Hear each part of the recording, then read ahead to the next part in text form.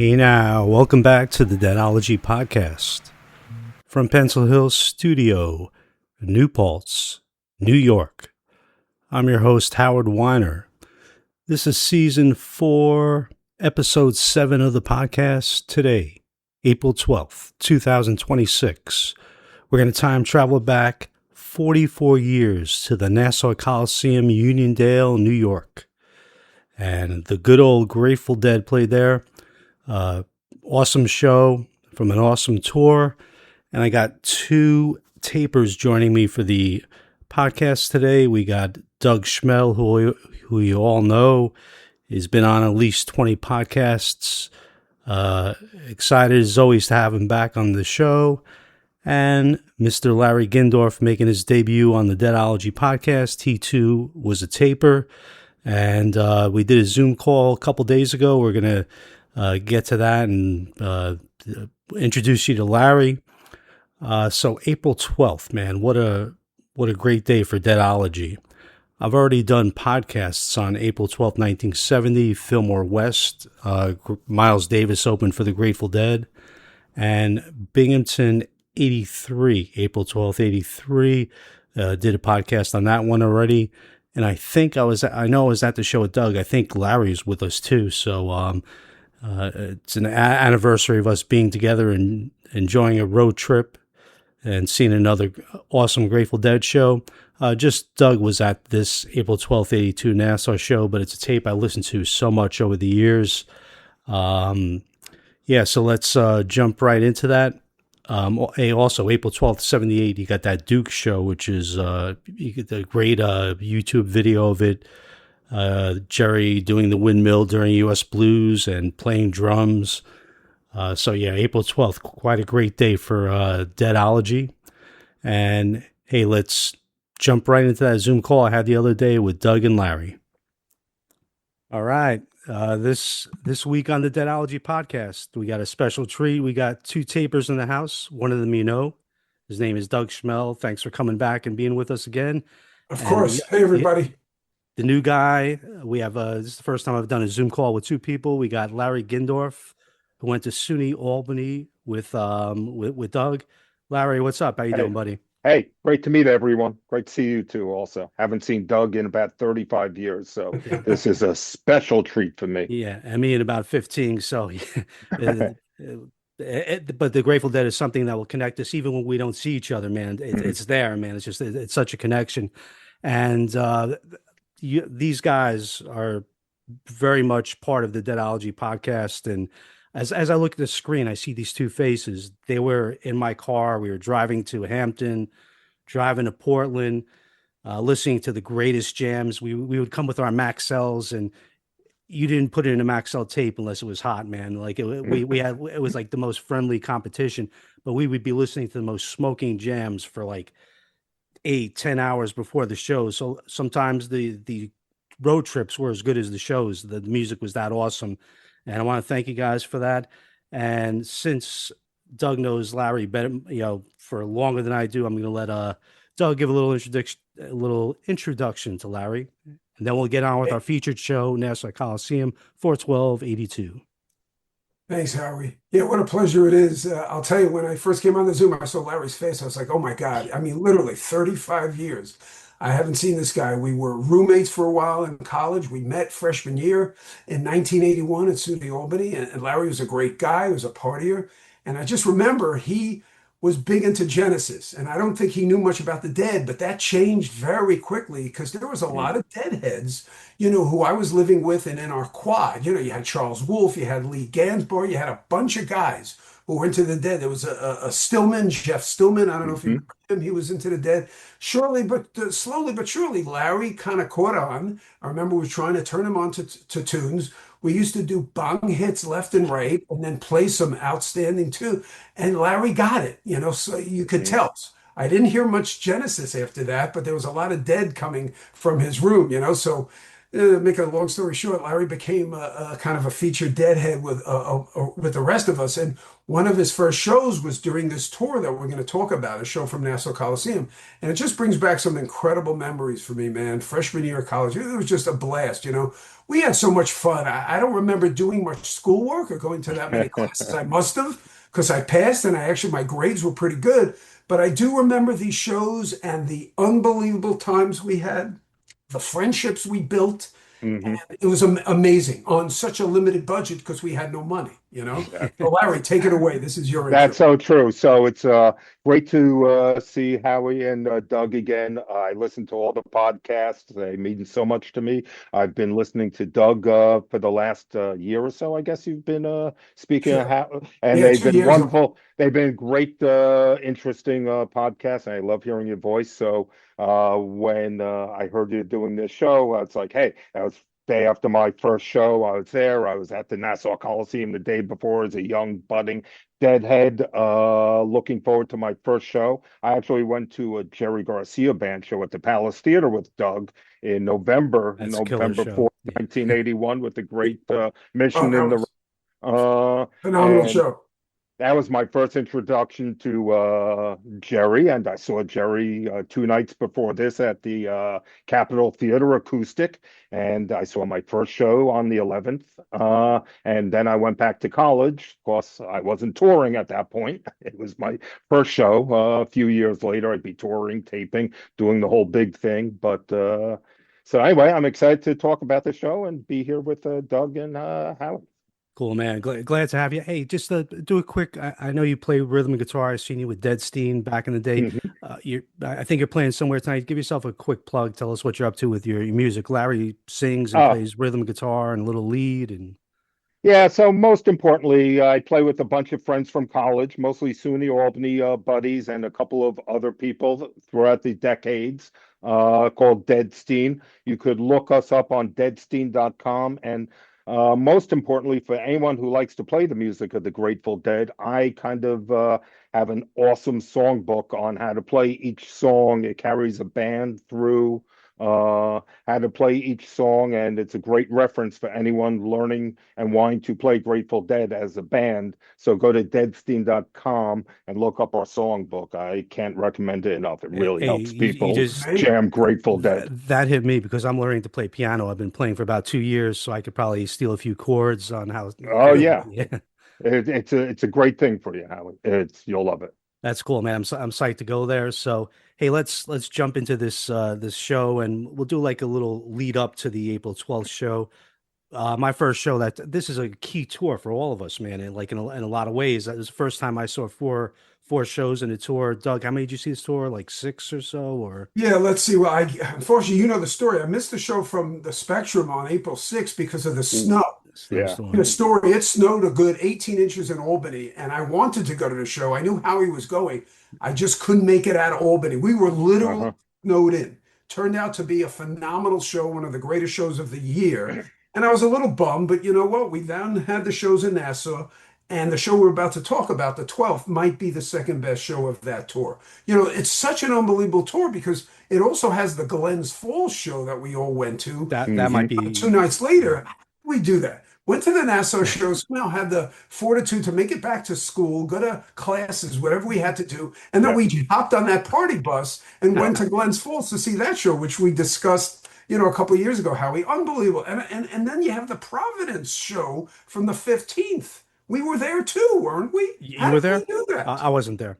I think I was at that show. I'm Wow. almost positive. How did we do that back then? It's incredible. Yeah, Youth, Hmm. right? Chalk it yeah, up to youth, right? But what yeah. a Yes. great tour this really is. It's an underrated tour. I believe it ends in Baltimore. I didn't go to that show, but Oh, there's the Baltimore great show is shows. killer, man. I'm gonna probably Yeah, do that next week. Yeah, what the Hartford shows? There's two great yeah. Hartford shows from this Hmm. tour. What a great tour. But to be honest, I really feel like that Nassau show that we're about to discuss might be the second best show of this tour. Yeah, it's great. So yeah, the Philly Spectrum changed my life. That second set on April Oh my 6th. God. Yeah, I And don't know how it's better than Philly and or Glens Falls, but hey, Yeah, I yeah, guess Glens Falls You might be just you better. just started, You man. could be Yeah. right, Larry. Maybe I'm, giving you too much plug, but it really is a great show. Glens Falls yeah. is a phenomenal show too. You're right. I kind of forgot how good that And show then is. and But then from Philly is a from top from April show. s- from April 6th, that show, which I ended up stuck in a snowbank after the show. Seymour's car spun out. It was a crazy adventure.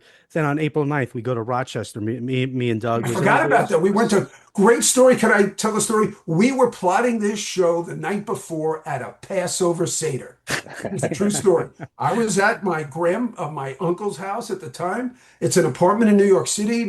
He had lived there for many years. My grandmother at this point had passed away, I believe. No, was she still alive? Yeah, I think she was still alive. Anyway, we went every year for Passover at my uncle and grandmother's apartment in New York City, downtown Lower Manhattan. I knew about the show in Rochester. We had off from school and I wanted to go. The only other person I knew to contact about going was Howie. And Hmm. my father was like, "Come on, it's Yom Tov, it's a Seder, you can't go to the show." But my uncle was cool. He's like, "Well, why don't you call your buddy? Maybe he can drive or something." My father said, "Absolutely, you're not taking our car." Called up Howie that night. So this is the night of April 8th, Your where there's father a knew I show was going to hit going a on deer in the next night. Syracuse. There Uh-huh. was actually a show going on that night At during the Seder in Syracuse. Syracuse. We plotted it, right, Howie? Somehow you Yeah, got your father to loan you the Chevy Caprice. And the next day we drove to Rochester, and what an unbelievable time we had. It very was good show. Yeah. phenomenal. And we wound up sleeping in Syracuse. My brother went to college there. Hmm. So did Michael Rosenblatt. We missed the Syracuse show by one night, but we were able to go to the Rochester show. And it was the day after, on the 10th, driving back, that we hit the deer. The famous hitting the deer Oh. story that everybody Yeah. knows I'll by take full credit for hitting the deer. Thank you. now. I forgot about that Rochester show. That's another great show. Yeah. Really, with a going down the road feeling bad into satisfaction, close the second set with a broke down encore, if I recall. Beautiful. Just And, a, and, I'm a and I'm it a just big goes to fan of that other one, by the oh way. yeah, oh yeah. There's a great other one from Rochester I four always nine. yeah. Wow. Yeah, I Other always one's felt Stella it Blue. completed the other one from 4-6. Yeah, yeah, That that's a was Yeah. good. Oh yeah, Yeah, that's a very short but amazing. played Hey, a so lot of other ones during that tour. That's a yes. great tour for the other one. yeah, I agree with that. so it's a kind of the amazing thing about that. I had an accident on the 6th. I hit a deer on the 10th. The people could have been shooting at. There could have been like militia shooting at me. I was going to the next show no matter what. Man, it was more exciting. It was like this is living. It was yeah, very cool time. And the 10th Hmm. was Jerry solo by himself at the Capitol Theater. I didn't go to that. There was still fresh blood on my car. The Yeah. Chevy Caprice, which saved our lives, man. That if we were in a medium sized car, we would have been injured, But it was Oh yeah, of that course. You Chevy hit a Caprice was deer. a tank. Yeah. There's always serious damage to the car. We had Yeah. some pretty serious damage. That Caprice was a big car. It had a What? huge And then front. Larry Gindorf made his debut on the 11th on the Dead That's Scene in Nassau correct. Coliseum. And now we're going to go to the April 12th show. Uh, Nassau, a great place to see the dead. And they open up with Iko Iko. Yeah, I kind of remember that. I know I had great seats. I was in the first Doug was the section only of one, the three of floor. us there. Yeah. Yeah, I was. Howie, you weren't there No, either? no. Yeah, right. You were at the Philly show. So for me, this was kind of like the saving grace. I had known about Philly. You talked about it, said, "Doug, oh my Hmm. God, they were great." I was kind of so jealous. Never forget the jealousy of missing out on that morning dew. Those tapes came around pretty quickly. I had Yeah, a, I think I had those tapes by the 411 show. isn't that Uh, Wow. unbelievable? I I bet th you I did too. And I those remember were like the being first two. jealous, Yeah. knowing how great that show was. But to be honest, the 12th real like, opening up with Iko Iko was a treat. Now, remember, back then, that was very rare. Iko Iko, came out in 77. They played it on and off. It wasn't a very, consistent song in their repertoire, especially to open up a show. So that was really a nice opener. And it's a decent version. It's not that long. It's probably only 7 minutes, but it plays pretty well to open Yeah. up. And it sounds very good on the archive that I listened, the version I listened I, to. I agree. I mean, they seem to screw up at the end where they sound a little confused on it, but I think they opened up a little more New Orleans and then Yeah. they ended the song many years later. I think it was a little more toward its original roots at that Yeah, Nashville yeah, Yeah. show, and it felt better. And probably most importantly about that Ico, it was a trendsetter. That's the first time at an electric show they opened up with Ico Ico. oh They yeah, did they did it at the acoustic shows a couple of times, I think in Radio City. But so that Yeah. was that was the first Ico opener for the show. If you're not looking at acoustic openers, and by '84, Ico I think was the number one show opener. Oh, it So could be. yeah, Yeah. so it was definitely a trend-setting Ico. Obviously, a cool way to open. Everybody back in the day when you saw Ico, it was a big deal. Oh, no doubt. No doubt. Yeah. That's a song my wife knows and likes. She likes that song. That's a cool song. It's like a New Orleans, as you said, Larry. The Radiators have played it. Is that a Neville Brothers song, I believe? I believe they're the ones Yeah. who. Probably. Oh, Yeah. anyone Traditional. affiliated with New Orleans, Dr. John. It's Of such course, a they've all yeah. done, yeah. But it goes into a really hot Minglewood. Larry, when I think of Minglewood, I think of you because if you recall, we were in that air band contest and we played Yes. unbelievable Minglewood that got us some love from the crowd. This was probably in, 80, probably the same year It's as the second. show, No, 83, it was our second year. second year. And we Second year. played a Minglewood from 82, a very hot version. I forgot where it was from. Veneta, possibly.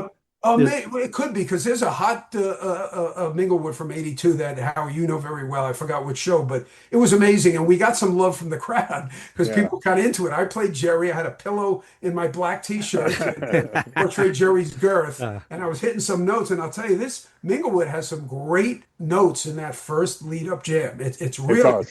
yeah, Yeah. that's what I This noticed. Minglewood's good. Very good. Nice notes to open it up, and probably a rare opener. I go into Minglewood. I like it. It kind of worked pretty well. Yeah, hey, for me, this was huge because I went to this tape so much. I lived with this first set. This Ico Minglewood Peggio was huge to me. This is still to this day probably my favorite Minglewood. There might be a few where it's a little more fierce at the end from Jerry. Yeah, a little longer on the jam. But this yeah. is 3 rounds at the end, and each one it's just perfect guitar playing and Weir's lead into it. I think it's an absolutely spectacular version. That's why I went to this first set so much. So let's take just a quick audio break. We'll hear the Minglewood jam and the beginning of Peggio because Jerry's singing at the beginning of this. Oh, it's Peggio is angelic. It's beautiful, beautiful. man. Beautiful. It's just Jerry right. singing at his best. So we'll take a quick little break here and hear that.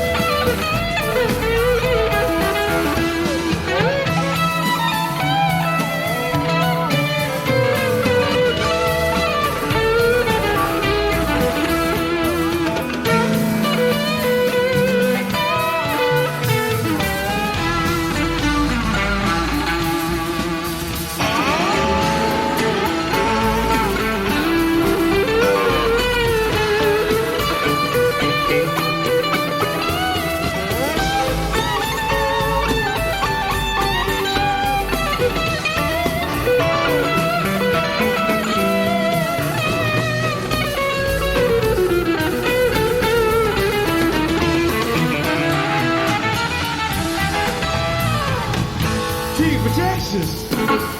Yes, it is T for Timbuktu. T for Texas. Yes, it is T for Timbuktu. And it's T for New York City, where the little girls know what to do. I was born in a desert. I was raised in a lion's den. Born in a desert. I was raised in a lion's den. Well, my number one occupation is shooting women for that other men.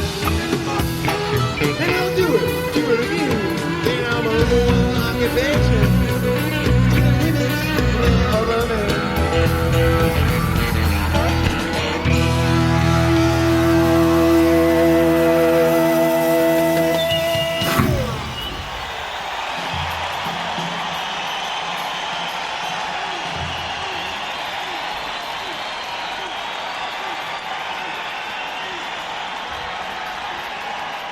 Is the PA on? Yeah, it is.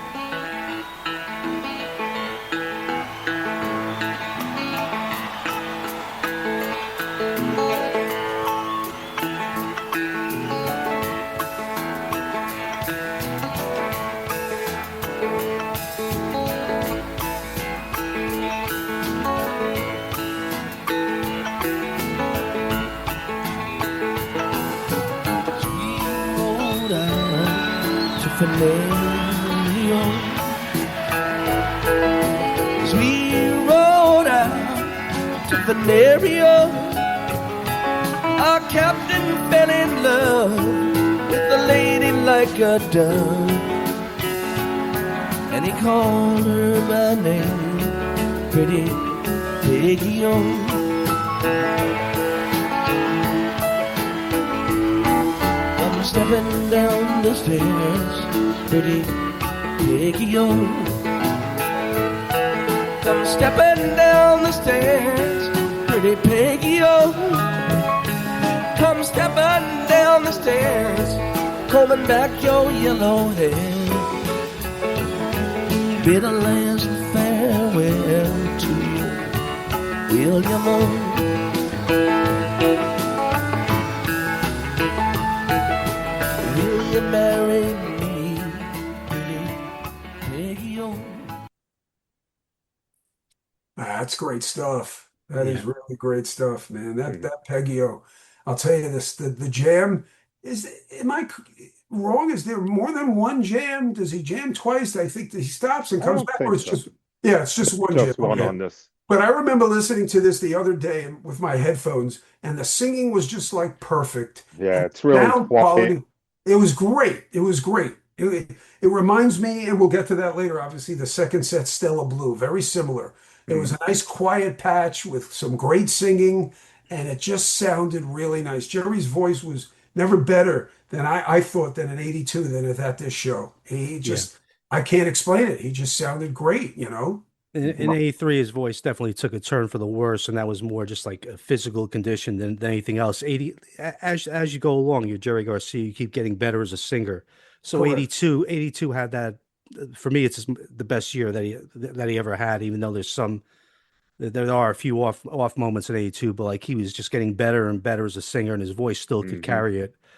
So yeah, I freaking love this Peggio. Yeah, Peggy O. It's beautiful. It's beautiful. Great way to open up a show with those three songs, I'll tell you. And if you look at the set list, you'll notice there's some great, it's just the Jerry Layton first set. It really is. So you open it with the Ico, and then as you get we'll talk about the songs later on, but amazing to me, you know, the strength of the Jerry songs in this first set, you know. Yeah, sets up the cowboy songs after the Peggio. You got the Mama Tried into Mexicali. And what really stood out for me was the Mexicali with the extended jam. It sounds great, you know. Bobby's hooting and hollering, you know, there's some emphatic lyrics by Bobby. I'm a Mexicali. I just love the song. I love the lyrics. I like this version a lot, guys. Just something about it, you know.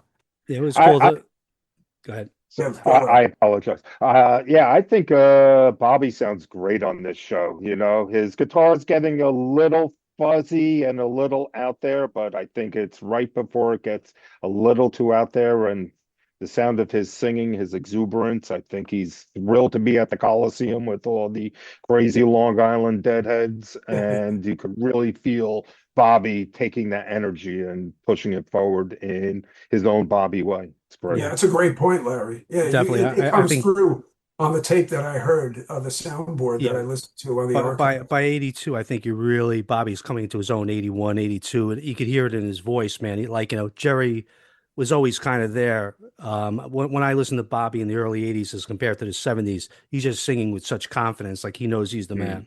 And that's what Yeah, you want. That's what you want if you're in the audience, he's great definitely, example yeah. of that, Howie, is his birthday. Is that his birthday? What, 10, 16, Oh, the 81? That Amsterdam, show Yes. yeah. from Amsterdam? Yeah. He's all Hmm. over the place on that show. He Yeah. really is. He takes over. It's a phenomenal example of his music, musicality, musicianship. It's an amazing, amazing example. Yeah, And I this, think I think back in the day we underrated it a little bit, even though we loved him, absolutely. No, So we he was, did. yeah, I, because you I, had I agree Garcia, with who you. was like, it was a god. All right, we put Garcia on a Yeah, pedestal because of yeah, all the great jams we were listening to. And I'll tell Yeah. you, for me, one of the highlights, and not the highlight of the first set comes next. I just Mm. listened to this bird song in my car, driving to lunch, and I'll tell you, there's a couple of beautiful peaks. You probably know the one I'm talking about. It's just beautiful. I wish he did it a little longer because I Yeah, could it's short. Yeah. yeah, yeah, I can listen to something like that, Larry, for an hour. I swear. Yeah. Nobody could do that for an hour, but it's similar to notes in the other one that I love. There's so many songs I could name there where Jerry's really doing his thing and he's in the midst of his jam and he's hitting those Hmm. notes where I can just, sit back, close my eyes and enjoy it for an hour. That bird song has those notes. Yeah. Cuts it a little short, but it's so worth the listen. And it's a short version. It's only about an 8-minute version, but it works. Yeah. Beautiful. Just beautiful. Gives you an idea, of how great that song is, the bird song. Love it. And you guys have discussed it in the past, like this 82 era. Maybe it's not the spaciest or jammiest, but what they're doing is concise and really Yes. well put together when they do it. And this bird song's a good example of that. yeah. I'm Yeah. glad you said that because like you could take this first set, side A, side B, just the first set by itself would be a great double album if the Grateful Dead put it out back in the day. Now they're putting out everything, but like if they put it out back in the Great, day, great the point, first set Howard. would be a great double album. Right. A It's lot of people would Mm. be turned on to the Grateful Dead who never had heard them before and would definitely identify with a lot of these. So great point also, Larry, that you said about the conciseness. And also another word that comes to mind is cohesive. The Mm. band is very cohesive. They've always been tight, but something Yeah. about this 82 arrangement, they sound great. And something I've noticed listening to the version I did, it was the Charlie Miller transfer, sounds great. Was Brent sounds so good in the mixture. He was really out there. It sounds fantastic. He wasn't subdued. I don't listen to much, 80, 79 through 90 when Brent was there. I never do. I listen to mostly Uh-huh. 72, 73, 74, 77, 78. But I'll tell you, it sounds great. And it really gave me a further appreciation of how good Brent Midland was, especially, in the jams that he does with Garcia. They sound great together, Yeah, they you always know? had a Yeah. connection. Jerry would look at Brent, they would feed off each other. Of So they course, it definitely had was this amazing connection. phenomenal. Big time. I And agree with that. one more thing about the Bird song, like I saw 8 minutes and I listened to it once or twice, and I wasn't. Then I heard it a third time. I really heard it. At the end, Garcia rips some incredible notes at It's the end of that, man. beautiful. It Yeah, is. That's why I say Uh-huh. if he could have done that for a few minutes longer, you would have been like, this is one of the one of greatest the birds great ones. I Yeah, heard. it was the only thing. It's He's short. on Yeah, the right track. It just they cut it short. But hey, this is 82. I get that. Yep. 73, this would have been a 14-minute version or a 13-minute version. But it is what it is. But you gotta enjoy it for what it is. And I really enjoyed it. And I gotta and admit. if it was 89, it would end the set. So There we you should be go. Right. It would have yeah, been a set yeah. ending. You'd Yeah. be going and take a piss right now. Exactly. yeah. Look at how much of further music we get because it's 1982. So the Birdsong, I think, kind of goes into CC Rider. And I remember before checking the set list, I was like, were they still true to the CC Rider or Little Red Rooster format in 82? Not 81, they did either song every night. I'm almost Yeah. positive about that. We've discussed that. 82, I don't believe that was still the case. But sure enough, they did the CC Rider, and it's a hot one. There's some nice. I like this the first jam especially. So Some so real they nice did it the notes. night before. They did Rooster the night before in Yeah. Oh Nassau. yeah, you're right. They Yeah, did the so yeah, they were still kind of. That's a great kick. and they That's did the best Rooster Bobby. ever in Glens Falls the following night. Oh my God. So this is Bobby Blues song, right? Not the cowboy songs. Yep. You got the cowboy tunes that he breaks out at almost every show, and then you got these bluesy.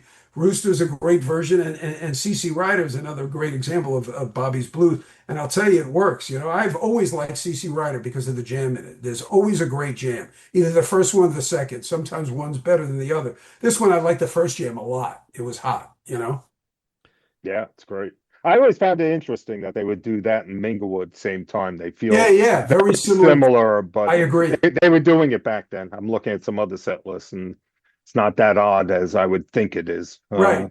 They are Yeah. similar songs. Yeah, the highly critical aspect part of me has to come out here. The CC Rider was good at best. Like I got Garcia, you. he didn't come off at the end, but it was No, that's why I said yeah. the first jam I liked. The ending jam was a little flatter, but you know what? It's all Yeah. good because Yeah, it sets up a great 3-song ending. They pretty Closer. much all go into each other. So if you look at a set list, it would have the arrows or what Steve Goldberg once pointed out, -7. I don't know if you guys know the reason for that is when I showed somebody, I went to visit Steve Goldberg to see that show in Buffalo, Howie, 9, I think 2681. His roommate was looking at a cassette tape because we looked at it and he was like, what is -7 mean? I was like, what are you talking? He's like, well, -7 is written all over the tape. And I was like, that's not -7, that's an arrow. It means it goes into the next song. So the way I wrote it, it looked like a -7. Anyway. Scarlet went out the fire. Yeah, Minus the fire. Scarlet -7, Fire in the Mouth. Fire. So these 3 last songs pretty much go into each other, and it's a great way to end the set. And I think it works incredibly well. To me, it really is one of the highlights of the entire show. Tennessee Jed, Looks Like Rain, deal. You guys' thoughts? I'm curious. Yeah, the Jed was beautiful singing. Oh, yeah, the jam yeah. really didn't hit a home run, but the singing, Jerry's voice through a large portion of the show was angelic. Man, it was great. Yeah. I like to sing. Go, Larry. I'll go on to the Looks Like Rain there. I think it's a great time for Bobby Looks Like Rains. I mean, he came from the spectrum with the crazy Looks Like Rain, and this is the one following up on that. And He adds some lyrics to it. I don't know if you guys know he's this. coming with new stuff in these days. Very profound things towards Yes. a little rain. I forgot exactly what he says. You know what I'm talking about. A little, yeah. Pretty Ain't great, gonna take fucking rain today. Then he goes off in the rain. But going back to the Jed, there's actually a nice little jam in that outro jam in the Jed. He doesn't catch fire and go berserk, but it's nice. It's linear and it sounds really good. And it caught me by surprise for an 82 Jed, because I like the ones from 72 Oh, yeah. all the way to 78. And then obviously it took a turn, for maybe a little mellower, but this one's actually very good. And it does go right into Looks Like Rain. It Looks Like Rain's about 8 minutes. And I like the singing, and it was one of the better Looks Like Rain that I've heard from that time period. I loved it. For me, this is a go-to. Looks Like Rain, as Larry said. The Minglewood, the Looks Like. There were certain things that really stood out when I would listen to a tape, and I rewound this a lot. Garcia's solo in the middle. He developed a motif here. It was like he would do a great scale thing, and then he would do it backwards. East, west, north, south. He had that little Nassau motif he developed here. A great jam in the middle. I agree. And, he's right there with Bobby and Gage as Bobby's going off, and Bobby had the ahas at the end. And usually those are hit or miss, but this one he had the cadence right on every time he went aha. It was like perfect cadence, perfect rhyming. So it's a great version, and it's so good. I'm going to shock you. I'm actually going to take an audio break for a little portion of this. Looks Like Rain. Probably first time and only time in Deadology. Yeah, this is my makeup moment for Looks Like Rain, man. A great Looks Like Rain. Thank you, Bob.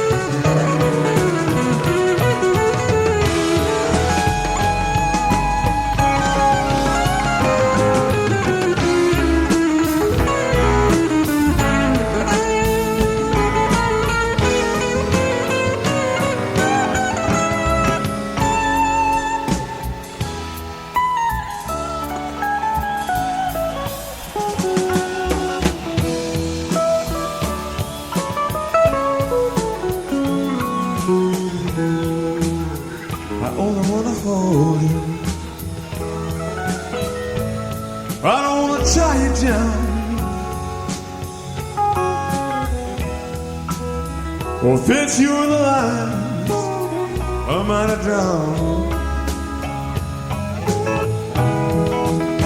It's just that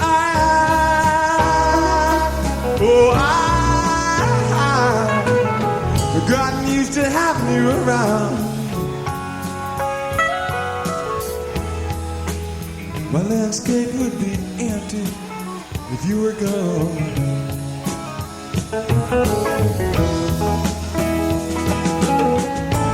But it's alright, 'cause I love you. But that's not gonna change anyway.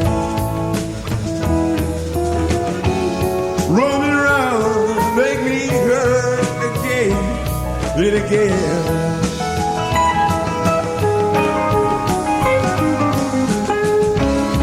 But I'll still sing your love song, written in the letters of your name. Rain's time to come, for it surely looks like rain. Yes, it looks like rain.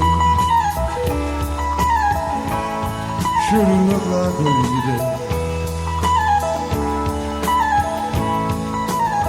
Clouding up and it's turning gray.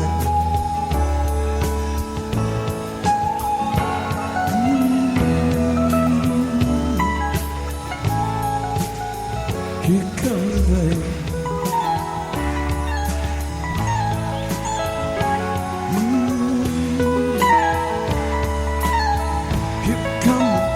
Here comes the rain.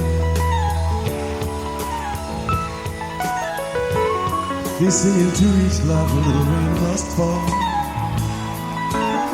I really don't believe that one person should get it all. Beneath each to each life some sun must shine. I'll sit around and wait for mine.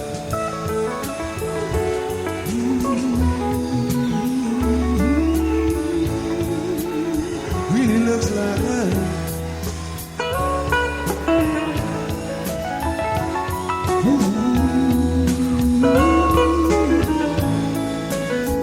Here comes the rain. Here comes the rain. Rain, rain, go away. I don't want you no more today, no. Surely looks like rain. I see rain, rain, go away. My whole world's turning gray. Here comes the rain.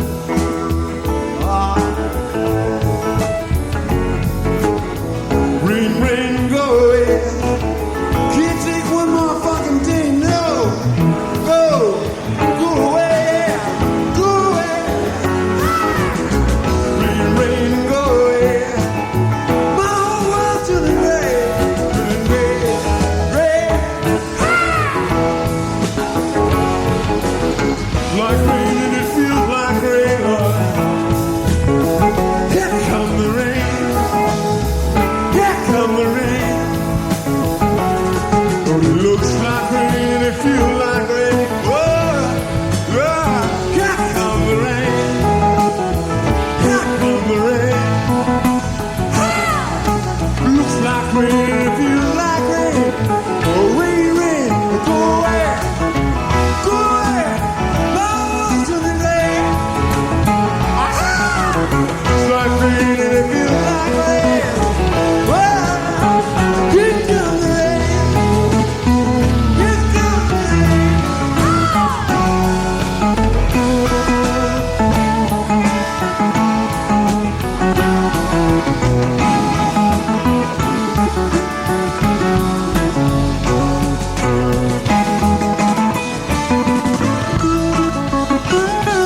Here comes the rain.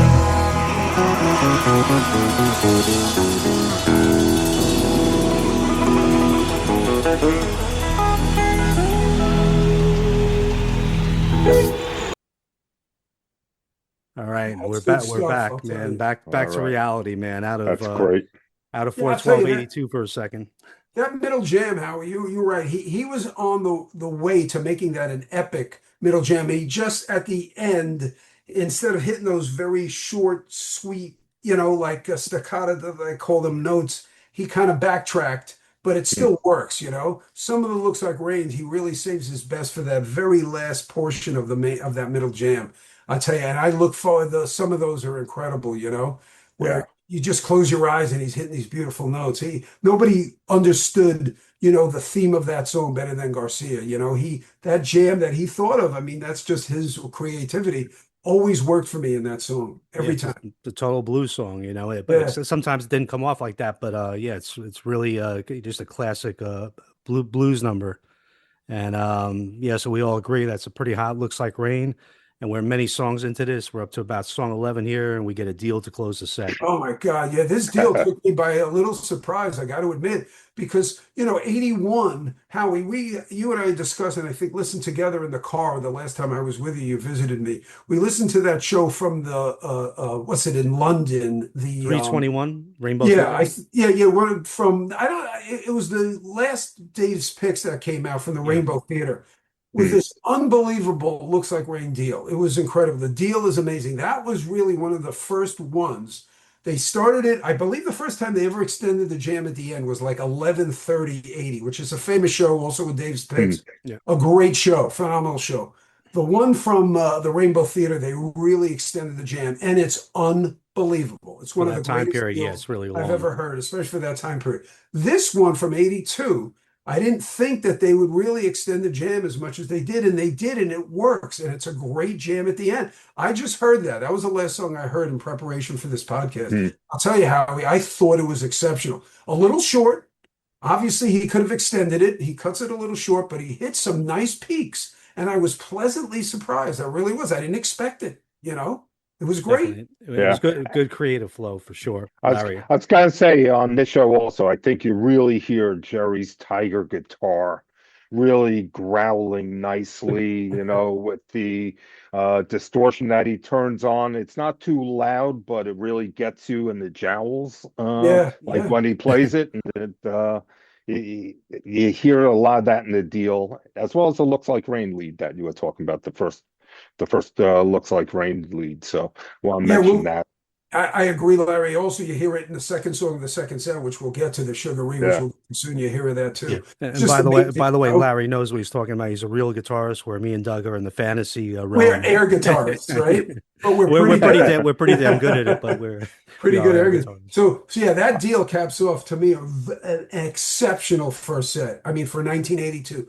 Don't get me wrong, 1982, I was seeing shows left and right, and at the time I loved most of the shows I went to. It's just that in reference, as you see the chronology of the Grateful Dead and how much more jamming really they did in the 70s compared to the 80s, and how longer the shows were. In hindsight, 82 probably wasn't one of their greatest years, but you know what? It was a very good year, and this was a great show from that year. I truly believe that. First set really was outstanding. You guys' thoughts? Yeah, we can't change a thing, but I love the way it all turned out, man. Every year has its positives, and Yeah. it's cool. It's like a baseball season. Every year it's a new year. Some years you win the championship. It's kind of like the Yankees. The Dead were always great. They didn't win the championship. It wasn't every year. It wasn't a championship year, but they were always great, and it was always an interesting story how everything developed and the year turned out. And yeah, so 82 is great. I love 82. I've called it when I've written about a cocaine crisp. That really, I think they just on fire, But when you get a Scarlet Fire from 82, it's not going to be as long as 83. So there's Of course. drawbacks to it, but 82 is a lot of great music for sure. Yeah, and this was like the first tour of mine where I was getting tapes and I was filling in the tape cassette holder, the attaché case, as Doug could imagine, filled with cassette tapes, and there are no blanks left. I'm getting like the first set, second set of every show, and this tour was like that first tour of mine from a taping perspective, that I kind of like knew the whole tour and listened to, all the shows. I remember I never had the Syracuse show, I don't think. I think that was I don't know that show. I gotta be honest, I don't know it either. I might not have ever heard yeah, it. short of that, I had all the tapes. So this one was always big for me in my blossoming as a Deadhead. Yeah, just recapping the first set, it was about a 70-odd minute first set, which is pretty long, for back then. Yeah. Remember, typically in 1972, 73, an hour and a half was a typical Mhm. length for a first set. So obviously, 10 years later, they're not doing an hour and a half. But hey, an hour and 15 minutes, that's very respectable. And it was so well played, I got to give it an A, Yeah. Yeah, You know? they were very engaging. I think they were better in the first sets in the 80s than they were in the 70s, even though they were longer in the 70s. 70s they killed in the second set. There's no Of comparison. course, of But course. in the first set, the Grateful Dead really mastered playing in the 80s. That Minglewood, just like the way they opened, they knew how to line the songs up. They got rid of any fodder, the songs that didn't really add to the momentum of the show. I thought they were masters in the first sets in the early 80s. But nothing's going to compare with what they did in the second sets in the 70s. So Yeah, that's a yeah, great point, Howie. And yeah, it's something that I've mentioned in our prior podcast. Just seems in the second sets they were more in a rush to get to the next song. It, yeah. it wasn't that they were, trying to really develop the songs as best and as long as they could. It seemed like they were always more concerned with what was coming next, be it an I Need a Mhm. Miracle, Around and Around. And that led to the cookie cutter Yeah. nature of some of those shows.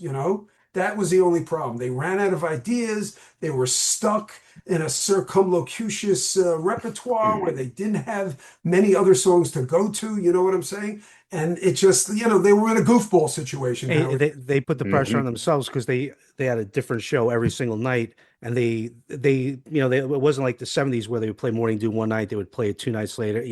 It was like 3 out of 14 shows would get a Morning Dew, 3 out of 14 would get a Scarlet Fire. So they Right. spread the songs out more, which led to more confusion and Exactly. circumulus. What'd you call it?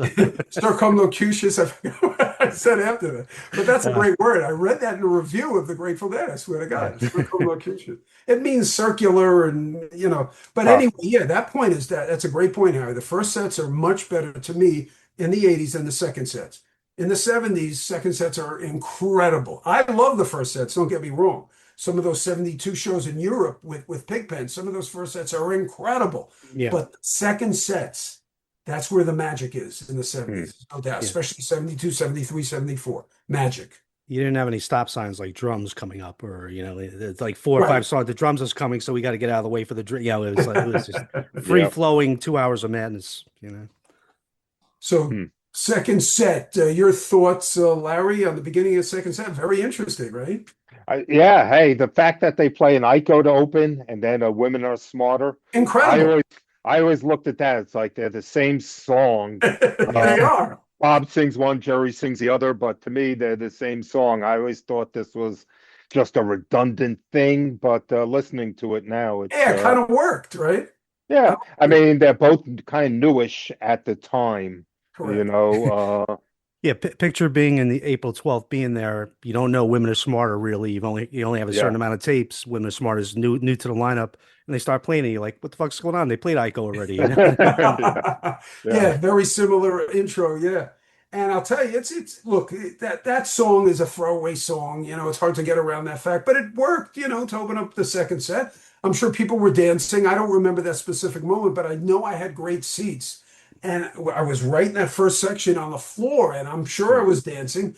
And it goes into really one of the best versions of Sugar Ree to me in the 80s. That Sugar Ree is incredible.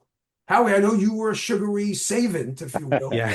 Curious of your thoughts. Hey, so it's the sneakiest great sugary because no at no point is it like overwhelming, but Mhm. Correct. it's one of the best sugaries definitely. So a good first solo, second solo is really hot, but they kind of He keep it scrubs. short. There's some scrubbing. And He hits those fanning notes. 1982 it was scary because if they played two good solos to start off with Sugaree, a lot of Mm. times they would take the exit ramp. Of course, there And was it's no jam on the there on would the there would be no third. third jam. So Yeah, it no sounds third. like that's the way it's going in this Nassau show. But Jerry's it starts very mellow. The third jam's a shocker. It's like he's throwing a teaspoon into the skillet and it's a little frying going on. And yeah, it builds so nicely. It's unlike any other sugaree. And they build it into a nice climax and it's good, but it's everything about the sugarees is just different, man. But I love that third solo. Larry, your thoughts? Yeah, you know what? Just having a second set sugary in that spot is such a blessing. You know, they could put anything before that. It doesn't matter. I mean, the fact that You got sugary right there to set up the rest of the second set. I mean, that's just Yeah. that's a gift. When I Yeah. was listening to it, guys, the other day, it's probably 2 days ago, with my headphones on, that third jam in the Sugaree, there were so many great notes. He noodles a little, and then he continues on with the typical standard, Hmm. and then he goes into a really nice bluesy sound. That's what you had said with the Tiger, Larry. It just sounds great to me. And I listened to it again today when I took it because I wanted to hear it again, and for this interview. And I couldn't believe it. It's great. It really works. Like you said, Howie, no part of the Sugaree is it the best all time, or does he go nuts? But it works so well because you have three separate jams, and it's a 14-minute Sugaree in Yeah. Oh, really? 1982. How about them Wow. apples? Yeah, Wow. Jerry really 14 pays minutes. attention to like the tone and not being too loud at points and just really doing different stuff with it. So yeah, we've talked about it a little bit. Why not listen to that third solo? Take that in right Hmm. Oh, now. yeah. This is a highlight for me. Thanks, Howie. Cool. Just one thing I ask of you.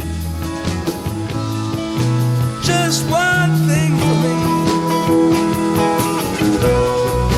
Please forget you knew my name, my darling Sugaree.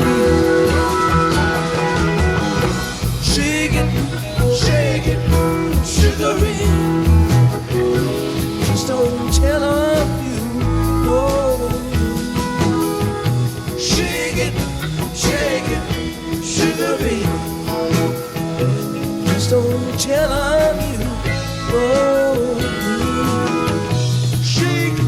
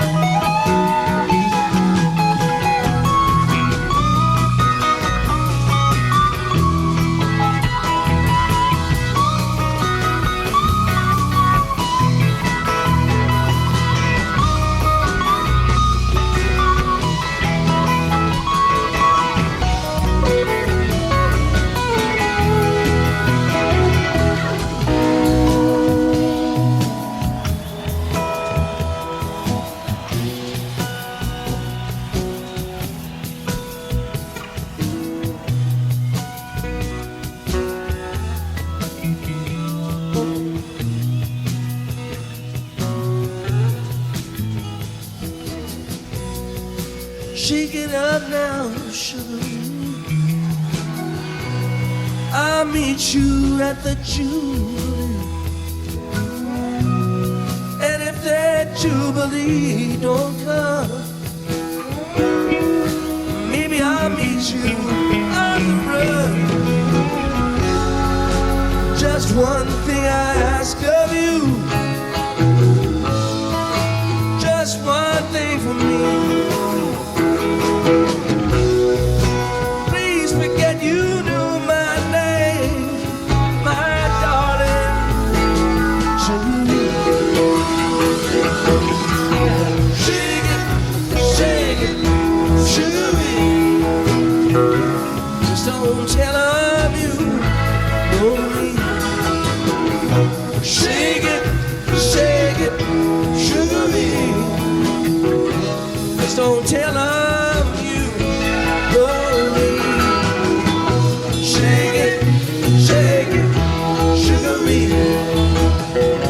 Just don't tell them you know me.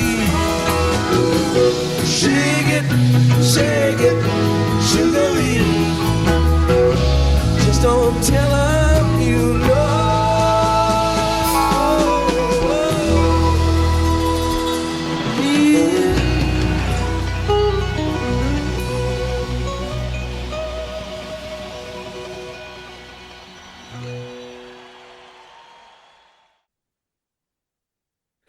Yeah, there it is, man. That the second solo was really hot leading into that, but it almost sounds like it's not going to happen. But Jerry's just starting slow, and But I love that about yeah. it. See, right, if he started slow and there was no jam, then you would have been shit. He's just teasing.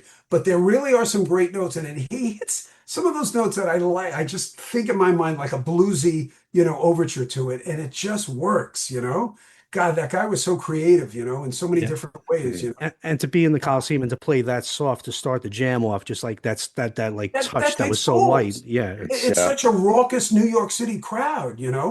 These are demanding. The capital of deadheads really on the East Coast is New Jersey and Long Island. Those are the two hot spots. And they would never want to disappoint the and the Nassau Albany area Coliseum too. crowd, The all circumference around Albany, they were pretty crazy there too. It's like I would have to say. But boy, that a 14-minute Sugar. I couldn't believe it, guys, when I was looking at the set list, when I was listening to it with my headphones on the archive, and it was 14 minutes and 30 odd seconds. Of course, 30 odd seconds, of just crowd noise at the end, but it's a 14. I couldn't believe it. 8 minutes probably would have been suffice. I'm pretty sure I included this. I think I put 10 examples of great sugaries in my Deadology Volume 2 book. I think I put this one in. I'll add that high of an opinion of it because of that Awesome. third jam. Excellent. And then, wow, the set rolls on, it really takes a turn. I love Estimated Profit. Is it the hottest one they've ever done? No, but you know what? It's different. I liked the outro jam better than the middle jam, and the middle jam was okay. The outro jam is excellent, I thought. I listened to it at least twice because I thought it was great. Your thoughts, Larry? This is so interesting because you were talking about the cookie cutter set before, and you hear Bob say right before they start Estimated, this is bound to work or it's not going to work. Yeah, exactly. This got to work. God, it works. Yeah. And what they're doing is going into Uncle John's Have Estimated, which they rarely do because they're in different keys. So what they do at the end of the Estimated jam is go back to the middle jam at the end of the Estimated jam, which I've never heard before. And it's funny. Transition to Uncle John's, and you hear Phil working at it, and it's really interesting. And then Bob jumps off the deep end with the playing da da da da da da da, and is nothing like. I'm glad you had mentioned that, Larry, because I thought of that because I listened to it twice and I was like, this is fascinating. They did do that 2 other times. I found out. Really? Oh, okay. Yeah, they did it a week before and a week after. So in this time period, do you remember what the week before was? I thought this was the first time they did it. No. They also did it 1 week later. Yeah. In Baltimore, Go back to the main jam theme. Dun, dun, dun, dun, dun, dun. And that sets up the intro to the Uncle John's, and it worked. I thought it was great. They do it for about 30 seconds, and it's really nice.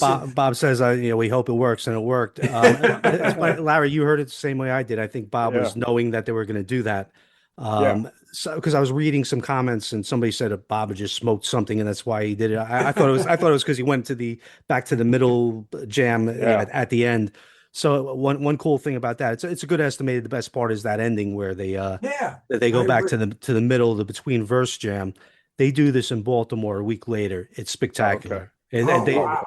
they I don't nail know it. that show. It's Wow. it's it's an estimated terrapin, and Wow. then and that time they really nailed it. Like they went back to the middle. They really went back to middle Hmm. jam all the way. It's a cool Really? version. Yeah, And it's an extended jam towards the end? yeah. Not as more extended than this, but not a whole Wow. thing. But Because yeah, it's I very hot. love the Yeah, middle jam. I mean, some it's of Yeah, the great. it's Yeah. great. highlights for me of 1978 are some of those incredible, like the Red Rocks. There are so Yeah. many versions in Mhm. 78 where he nails that middle jam, and I love it. You know, this would have been, but you look, you can't wish for something that wasn't around at the time. So in 82, they weren't doing it anymore, but still. I just love the outro jam and then going back to that middle jam. That sticks out for me on this estimated, you know. Yeah, and hey, The Uncle John's they since go into yeah, is hey, since that's a one shot deal well, not one shot, they did it in Baltimore too. We might as well hear that little section where they do the go back into the middle jam at the end of Mhm. Estimated right now. yeah, the whole outro is great too. I Yeah. love it. Enjoy.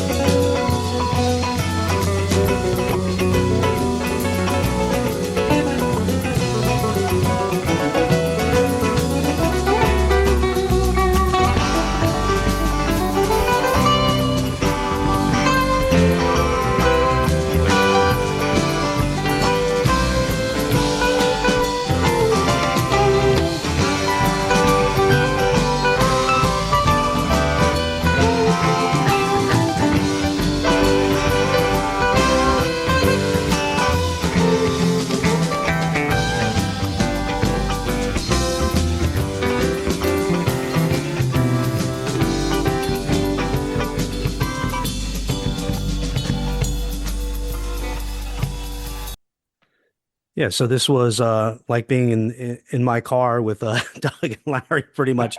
This is what a road trip was like, man. We would break out these tapes and go over them with a fine-tooth comb, man. But yeah, very cool the attempt there. And after the Baltimore version on April 19th, I'm surprised they didn't try it some more. But hey, sometimes there's one or two and out and that's it. And very Mhm. cool that they did this. It worked for sure, Bob. Oh yeah, I thought it was great, you know.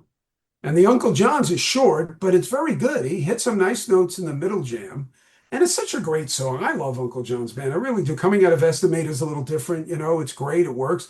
Usually in that time period, to be playing Uncle John's, you know, some variation of that. Estimated Uncle John's is exceptional, you know. Great two pairings. And the outro jam is nice. It's just a little short. That was the Yeah. only problem I had with it. Jerry hit some nice notes, but then ends it abruptly. Yeah. There's no way we could 1982. go ahead. Yeah. Go ahead, Larry. It's 1982. Yeah, So that's yeah. that's what That it about is. sums it up, man. It wasn't like an extended Uncle John's at all, but it was just hearing Uncle John's. You're in the Nassau Coliseum. You've seen all this great music already. A plus. Yeah, yeah, I'm with you.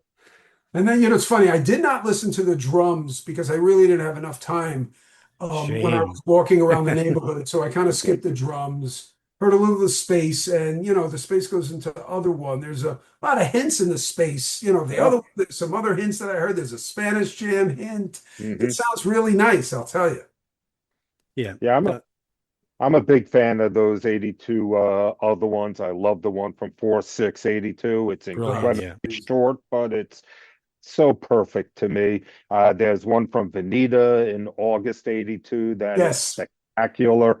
yes. So even though they're not like the early '70s other ones that go for, 30 odd minutes. cosmic, these things were strong sprints that are intense. So, Yeah, and the this one, most Larry, I hear what you're saying. They're like 8 minutes, 9 minutes, some of these, and it works. mhm. Look, I love 72, so a 30-minute other one isn't too long for me, especially it isn't. I know it sounds crazy, but I Yeah. get lost in the middle sometimes. And you got the Tiger Jam. There's so many different explorations and themes.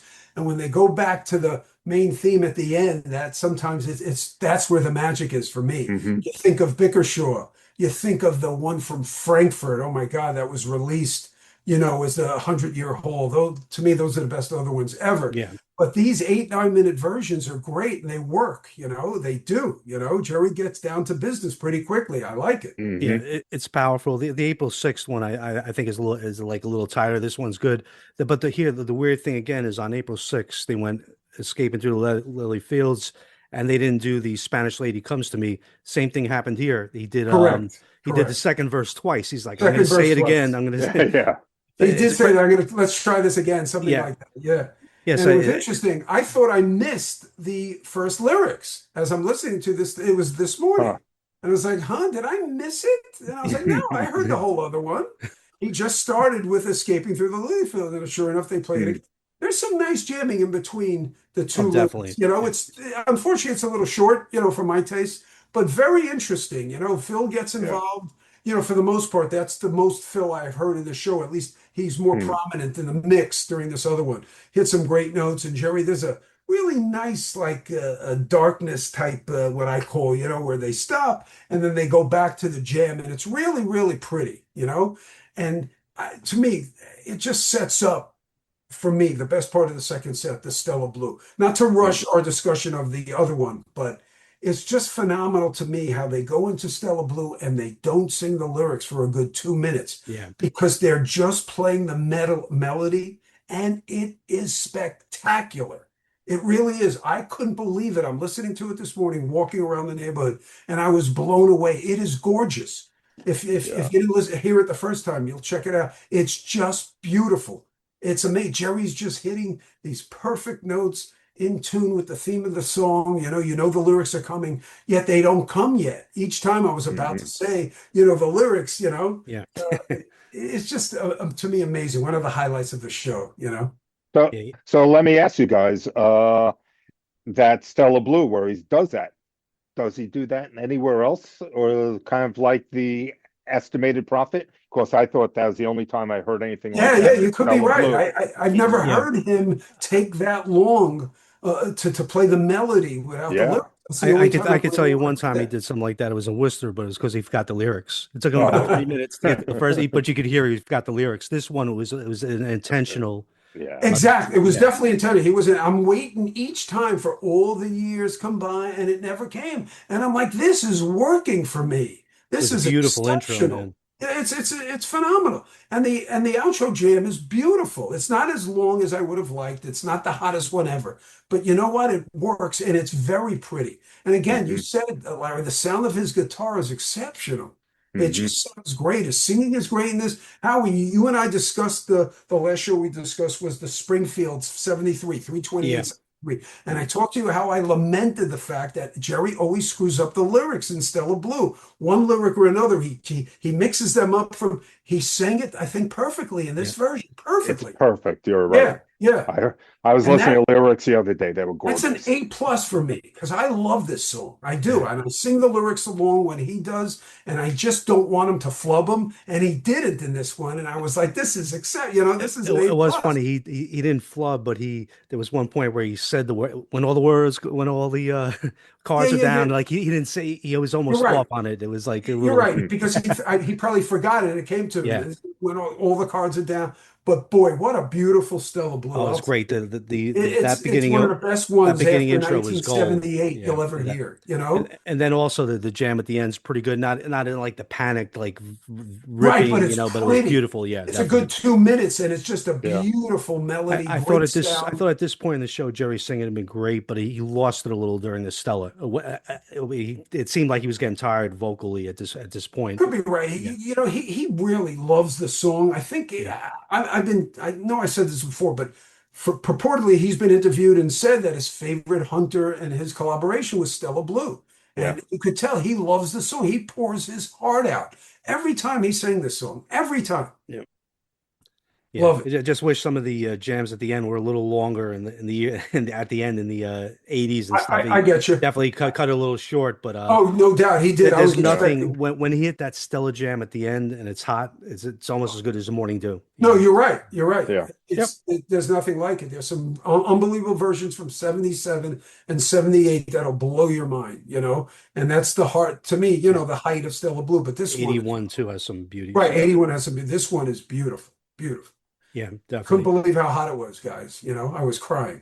And then you got the Sugar Magnolia, and it's kind of, look, Sugar Magnolia to me took a turn for the worse after like 77, 78. Even the ones in 77 sometime, they just hit the chords. There's not much jamming. It's just that reciprocal. This one's actually pretty good. And Jerry belts out some nice notes during the Sunshine Daydream. That's Yeah. what took me by surprise. Very And good. I didn't think it was a great Sugar Mag until the very end. Jerry did have a good ending run at the end of the Yes, Sugar Mag Yeah. jam. I agree. He But follows it up with a couple of notes here before the might have been one of Sunshine. the distractions from what I read. I don't know if you remember this from the show, but Bob went out into the audience during the Sunshine Daydream or something when he was doing when he was jamming the chords a little bit. It's possible Yeah, because I remember seeing him do that. Yeah, he'll like the stage was set up and he's always in the front. He probably came all the way out yeah, where you could possibly touch him if you were front row, yeah. Yeah, people were going nuts, I'm sure. The saliva all over the place. That Like a was big especially lovable Sunshine dog. Daydream. That was a spit song for him. And Not Fade Away, the replies, those were his biggest, saliva contributions to the crowd. And told the encore. Yeah, yeah. Yeah. It's funny. This Satisfaction took me by surprise. I think the first time we ever saw it, Harry, was on the 9th in Rochester. I don't think Oh I've yeah, that was a good night. That was a lot but of it's fun, man. it's a really good version. I liked it, I was like, this is fun. I think the It Stones is. maybe do it better. It was their song, but it worked, and put a capper to me on a great show. I couldn't believe it afterwards when I reviewed everything in my mind and I'm thinking about all the highlights and I was like, this is an exceptional show. It really was. And you look back and you think, what a great tour. It really was. There's so many great shows in this tour. Amazing. Again, I guess I'm guilty of not listening to enough 82 early 80s. I That's what love I'm here for, that. man. To bring you back home. And I think it's great, Howie. I think it's great. You're forcing me to listen to shows that I wouldn't, mostly or time periods that I wouldn't, and I'm enjoying the hell out of it, Yeah. Larry, I your thoughts on Satisfaction? I was really impressed by this Satisfaction. And like you were saying, they played 2 nights before or 3 nights before in Rochester. Rochester, yeah. Rochester, and it's really good. These are Satisfactions I think of when I think of Satisfaction, and the Grateful Dead are these 82 ones, and this one is Bobby trying to tell the Coliseum and all the crazy deadheads in Yeah. Long Island that let's have some fun. We Yeah, have Yeah. fun. and Shout he's out. like, I can't hear you. Is everybody satisfied? Said something like that Yeah. during Yeah. the He's like, you're not satisfied. Oh yeah, yeah. What a Hey, great way to end a rockin' song, you know what I'm saying? Not a Satisfaction. Perry song, but a Rolling Stone song, Yeah, Satisfaction was one of the Grateful Dead's best encores. It just worked because everybody loves the song. You're not hearing U.S. Blues again as much as a great a song as it is. The encore section was a little rough. You're going home. You're hearing a song you always heard. When you heard Satisfaction, you didn't think about any of that shit. You were just like in the moment, Oh, I agree. enjoying it. You're singing along and you're putting your fist in the air. So it totally worked as an encore. It's one of the best encores they did when we saw him back in the day for sure. Great point, Howie. The one before, Larry, that you mentioned, when we were at that show in Rochester, that ended the second set. It was kind of great. And I remember, Howie, I don't know if you recall, but we predicted the end of the second set at this show because we were thinking, what are they going to play next? I remember thinking, okay, I guess they haven't played. I think it was Stella Blue, and then they did Going Down the Road. We predicted that, and we were like, what's left? And we said, well, Satisfaction. They just did Around the Round. They did Sugar Magnolia. We predicted that. So Wow. Satisfaction You ended may the have second predicted set. that. Well, if I No, no, we predicted were it, I don't talking remember. about. I remember that Wow. specifically. We're talking about it at the show, and then they did the an encore. But this was one of the first Satisfaction encores that they did.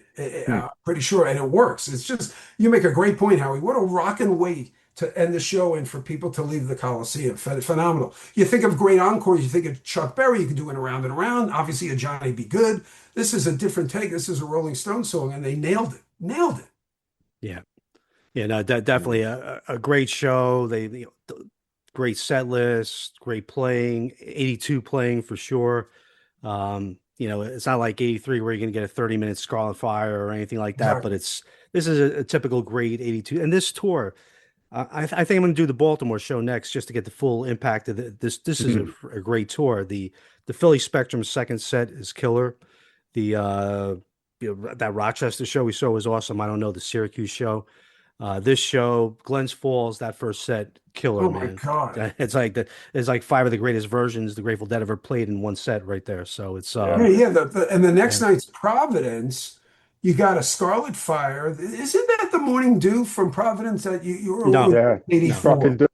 no, There's a Truck and Dew from that show. no. There was a Morning Dew I raved about. That Yeah, was you're right, 84. Larry. Yeah, Truck and Dew. Yeah, Maybe I wasn't at that show. Maybe I was thinking of the yeah. 84. I don't like I didn't like that Providence show. I didn't think anything was that good. They played all the songs you want to hear, Scarlet Fire, But Morning I Dew, but got it you. was I got you. it was But the Hartford shows, I remember, I think we very were good. Yeah, I'm almost positive. Yeah, yeah, those were good shows.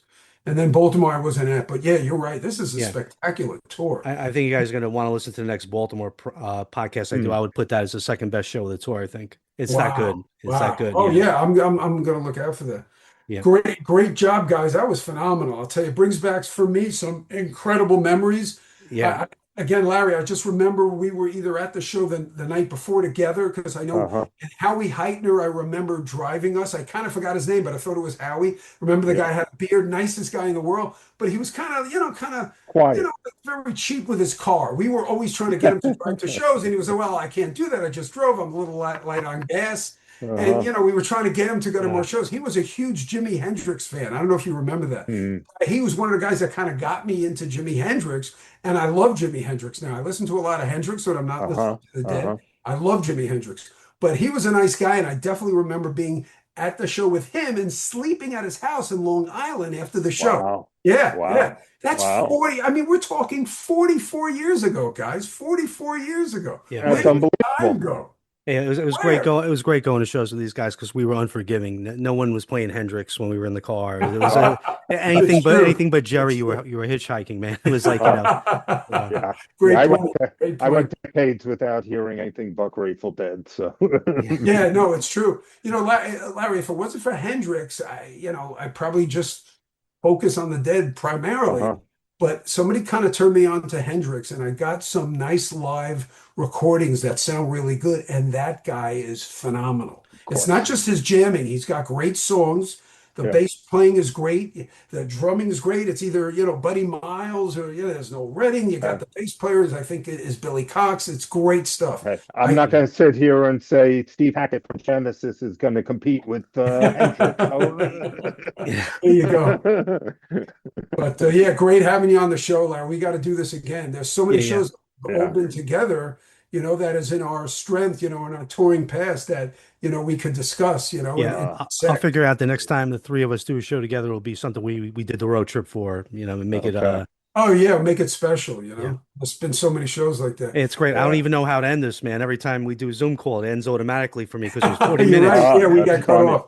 Yeah, Hey, I now I just have want no to time say limit. Yeah. to everybody out there, especially to Andy Trister, I think Larry said he's seen you, and I love you, buddy. Great Uh-huh. guy. I miss you, man. Lee Gansborough. Oh my God, these are great guys from my touring past, and also guys I went to college with. I love you guys. I miss you guys. I would do anything to see Deadstein live and just hang out.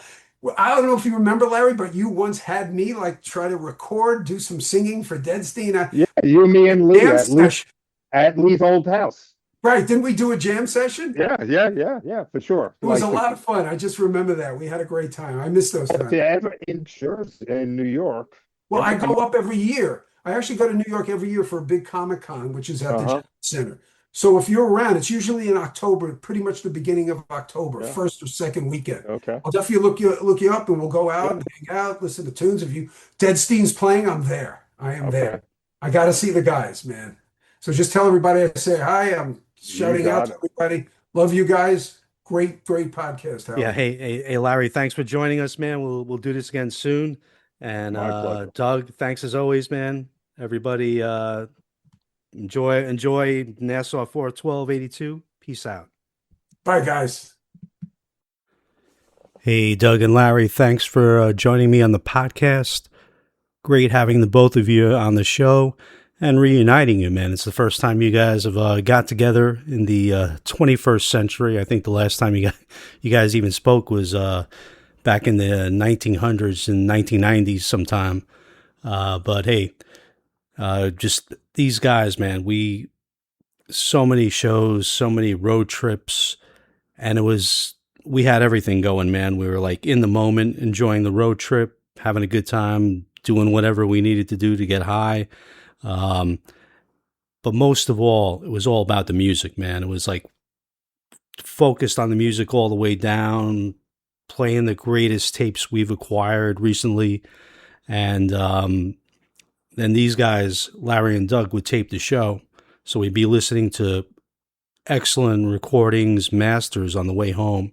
So it was like a dream thing. You know, we knew we were seeing history. We didn't realize that we'd be going nuts over it 45 years later. But we knew we were seeing history, and if they played great songs and Garcia did a hot jam, it would be something that would stay with us for quite a while. So it's like the coolest thing. We're doing the best thing we could think of in the moment, and something that we knew was going to impact at least our immediate futures, especially if it was different hot songs. So yeah, that was awesome getting together with those guys. And hey, that's what the Deadology podcast is all about, just exploring the great music of our heroes, man, the Grateful Dead. And next week, I think I'm going to go to that Baltimore show, kind of complete my run through this April 82 tour, which is a very impressive tour.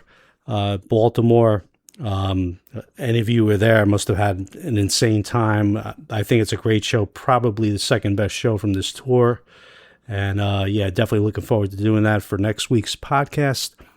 And I'm going to introduce something new to the Deadology podcast. I'm going to probably do an authors series where I get to interview authors. It could be Grateful Dead, any kind of music, any kind of book that really interests me. I'm going to try and get a hold of the author and have a little rap discussion with him. And my first one, which is going to happen this week, I'm having an interview with him tomorrow. Randy Schmidt, he wrote Little Girl Blue, The Life of Karen Carpenter. And one of the greatest books I've ever listened to. I listened to this on audio. I've listened to it 3 times. Karen Carpenter was a legend, man. Probably way underappreciated. So I said, hey, why not go to the man? And that's Randy Schmidt. Wrote that book. He did a documentary on her, where incredible work, and just probably one of the most, unfortunately, because she died early of anorexia, one of the most underappreciated great musicians, probably the best singer ever. So looking forward to speaking to him.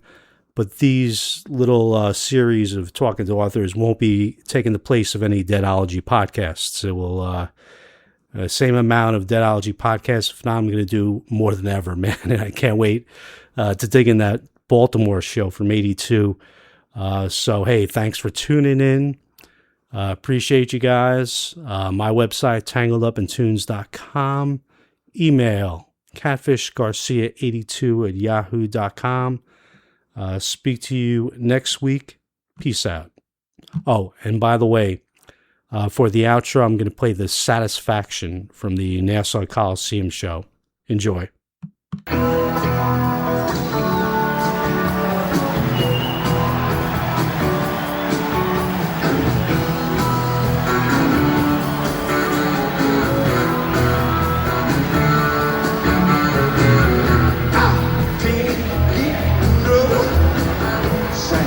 Satisfaction.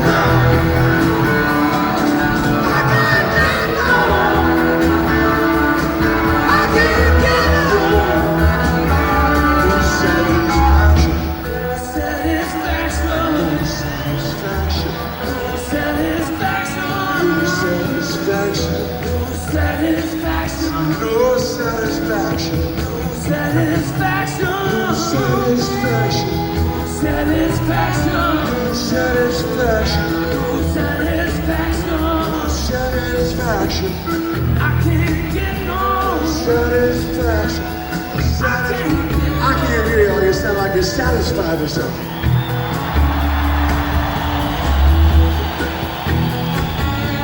We're gonna try this again now. Satisfaction, satisfaction. Ain't no one to be had now.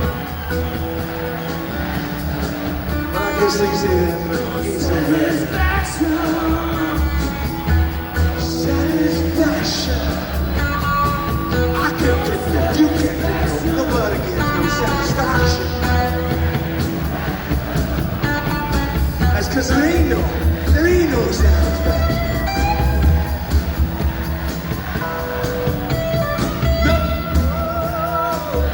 No satisfaction. I think no.